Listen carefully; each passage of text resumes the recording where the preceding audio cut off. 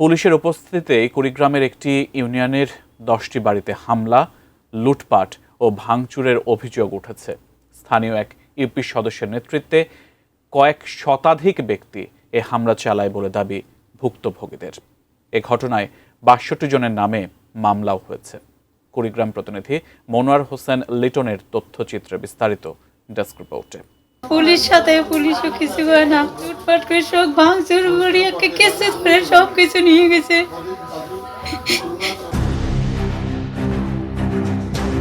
গত 5 জুলাই দুপুরে রাজারহাট উপজেলার ছিনাই ইউনিয়নে জমি নিয়ে পূর্ব বিরোধের জেরে সংঘবদ্ধ হামলার ঘটনা ঘটেছে। ভুক্তভোগী পরিবারের অভিযোগ, স্থানীয় ইউপি সদস্য খলিল মেম্বারের নেতৃত্বে কোরবান আলী, সেকেন্দার আলী সহ 2 শতাধিক ব্যক্তি মাইকে ঘোষণা দিয়ে এলাকাবাসীকে ঘটনাস্থলে যেতে নিষেধ করে। এরপর শুরু হয় হামলা, লুটপাট ও ভাঙচুর। অভিযোগ রয়েছে, ঘটনাস্থলে পুলিশ উপস্থিত থাকলেও দেশীয় অস্ত্রে সজ্জিত হামলাকারীদের ঠেকাতে পারেননি।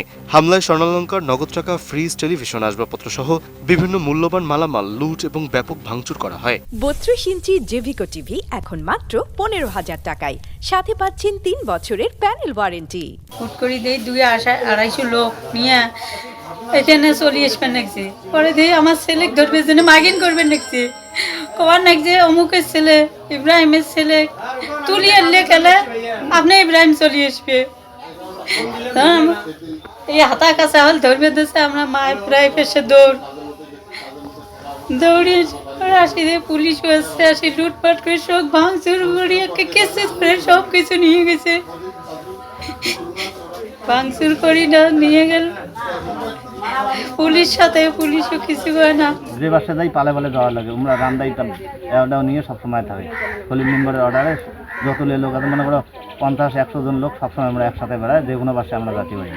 বাড়ির খানা খরচ কিছুই আনি বের হওয়া আছে। কে কে করছে, মূল কয়জন নাম বলুন তো? খলিল মেম্বার, কোরবান দওয়ানি, সুরমান, সেকেন্ড, আমরা 4 জন হল মূল নেতা।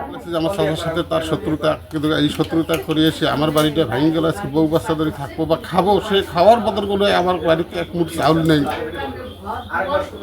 এমনও হুমকি দিবে নাকি যে আমার ছেলে তুলে নিয়ে গেলে ওরা নাকি বিচার পাবে। এখন আমার ছেলে বা আমি কি অপরাধ করলাম আমার ছেলেকে নিয়ে যাবে? আমি এটা প্রশাসনের থেকে সরকার পর্যন্ত আমি এটা দাবি জানাই, সেটা হলো আমার যাতে সূক্ষ্ম তদন্ত করিয়া সঠিক আমি কি অন্যায় করছি আমার বিচার হোক। আমি চাই না ওদের বিচার হোক, আমার বিচার হোক, আমি কি অপরাধটা করছি। ঘটনার 2 দিন পর ভুক্তভোগী বাহাদুর আলী রাজারহাট থানায় 62 জনের নাম উল্লেখ করে মামলা দায়ের করেন। এলাকাবাসীর অভিযোগ, পুলিশের উপস্থিতিতেই দীর্ঘ সময় ধরে হামলা চললেও কার্যকর কোনো ব্যবস্থা নেওয়া হয়নি। এ ঘটনার পর ভুক্তভোগী পরিবারের সদস্যরা এখনো নিরাপত্তাহীনতায় জীবন কাটাচ্ছেন। এখনো পারতেছে না, এখনো নিরাপত্তা পুলিশ আমাদের দিতে পারতেছে না। প্রতিদিন কেস লাগাছি, আমাদের বাড়ি ভাঙচুর করছে, আমরা কি কেস লাগাবো না? কেস লাগাছি, কালকে ওরা হাজিরা দিয়ে কালকে বিকেলবেলা আসিয়া আবার আসছে যে আমাদের বাড়ি ভাঙচুর করবে, সে কিছুই তো নাই। তারপরে বলে আসি মারামারি করবে, তারপর কলা বাগান এখনো আছে, মানে কিছু কাটছে কিছু আছে, ওগুলাও বলে আমরা নিয়ে যাবে বা কাটি টাটি ফেলে দিবে, যে এগুলা তো আমরা বেছে বেছে টাকা নেওয়াও করে আমরা কাটি নিয়ে যাই আর কলার গাছ ফেলে দিয়ে যাই। খলিল মেম্বার আমার সাথে দুর্মার করে, একবার বনসাই দিয়ে গেছে, আবার আসি দুর্নীতি করিয়ে আমার কাছে টাকা চায়, চাঁদার টাকা চায় 3 লাখ, 5 লাখ, 10 লাখ, 20 লাখ। ফির গরু বেচাছি তার টাকা, ফির কলা বেচাছি, ভুট্টে বেচাছি। বাবা আমার বাড়ির কোনো মাল জাল থয় নাই, টিবল যা যাবতীয় সব নিয়ে গেছে। একটা বাচ্চাকে আমি ভাত খাওয়াবো বা তারও কোনো ভাড়া করা নাই।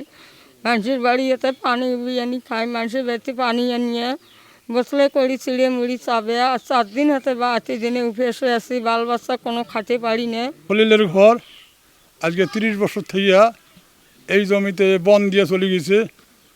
আর আবার এবারে আমার বেটা একটার পেটে ছোড়া দিয়ে মারছে, ঢাকা হাসপাতালে চিকিৎসা করতে তার 25 লক্ষ টাকা গেছে।